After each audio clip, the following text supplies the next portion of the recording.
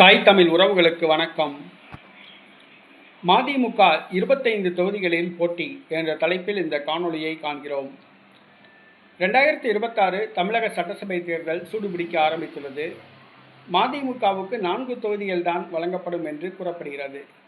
இதே சூழ்நிலை 2016ஆம் ஆண்டு ஏற்பட்ட பொழுது மதிமுக மக்கள் நல கூட்டணியை உருவாக்கியது.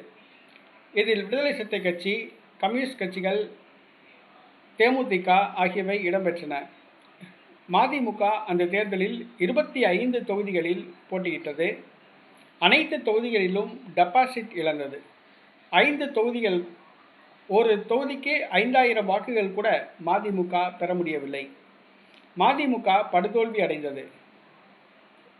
அந்த தேர்தலில் விஜயகாந்த் முதலமைச்சர் வேட்பாளர் என்று கூறி விஜயகாந்துக்கு 110 தொகுதிகளும், மீதி 134 தொகுதிகளில் விடுதலை சிறுத்தை கட்சி, மதிமுக, மார்க்சிஸ்ட் கம்யூனிஸ்ட் கட்சி, இந்திய கம்யூனிஸ்ட் கட்சி, தமிழ் மாநில காங்கிரஸ் உள்ளிட்ட கட்சிகள் பகிர்ந்தன.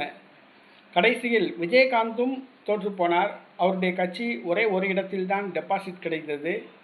மீதி அனைத்து இடங்களிலும் டெபாசிட் இழந்தது. திருமாவளவன் 90 வாக்குகள் வித்தியாசத்தில் தோற்றுப்போனார். ஆக மக்கள் நல கூட்டணி படுதோல்வி அடைந்தது. மக்கள் நல கூட்டணியை மக்கள் நிராகரித்தனர். மக்கள் நல கூட்டணியை உருவாக்கியவர் வைகோ. இவர் ஜெயலலிதாவிடம் பெட்டி வாங்கி கொண்டு ஜெயலலிதாவை வெற்றி பெற வைப்பதற்காக, திமுக வாக்குகளை பிரிப்பதற்காக மக்கள் நல கூட்டணியை உருவாக்கினார் என்று குற்றம் சாட்டப்பட்டது. வைகோ இந்த மாதிரியான வேலைகளை அடிக்கடி பார்ப்பார். அதாவது ஜெயலலிதாவிடம் பெட்டி வாங்கி கொண்டு திமுக வாக்குகளை பிரிப்பதற்காக, திமுகவை தோல்வியடைய செய்வதற்காக இந்த மாதிரியான வேலைகளை பார்ப்பார்.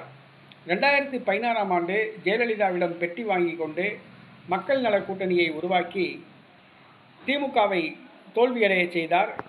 ஜெயலலிதா இரண்டாவது முறையாக ஆட்சியில் இருந்த ஜெயலலிதா மீண்டும் ஆட்சியை தக்க வைத்து கொண்டார்.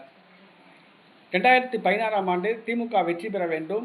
ஆனால் இவர் மக்கள் நல கூட்டணியை உருவாக்கி வாக்குகளை பிரித்து திமுகவை தோல்வியடைய செய்தார். தற்பொழுதும் அதே நிலை தொடர்கிறது. மீண்டும் மக்கள் நல கூட்டணி உருவாக்கப்படலாம் என்று கூறப்படுகிறது. தற்பொழுது திமுகவில் விடுதலை சிறுத்தை கட்சி, மதிமுக, மார்க்சிஸ்ட் கம்யூனிஸ்ட் கட்சி, இந்திய கம்யூனிஸ்ட் கட்சி உள்ளிட்ட கட்சிகள் அதிருப்தியில் உள்ளன. திமுக என்ன செய்ய போகிறது என்பது தெரியவில்லை.